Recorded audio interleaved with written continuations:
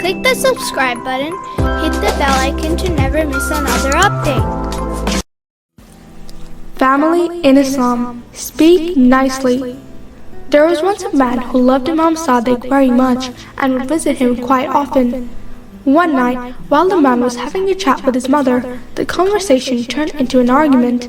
In anger, he began to raise his voice and say cruel things. Early the next morning, he went to the masjid for prayer. After he finished praying, he got up to greet the Imam.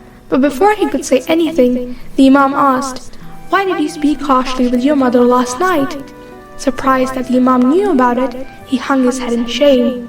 The Imam continued, "Be careful with how you speak to others, especially your mother. She's the one who brought you into this world, fed you when you were hungry, and cradled you in her arms." The Imam then reminded him to always speak nicely to people, especially parents and elders. The man took this advice seriously. As soon as he reached home, he apologized to his mother, kissed her hand, and asked her for forgiveness.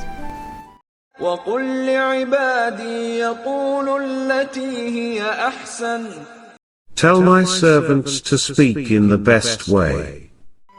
Imam Ali has said, Speak to others nicely, and you will also hear a nice reply from them.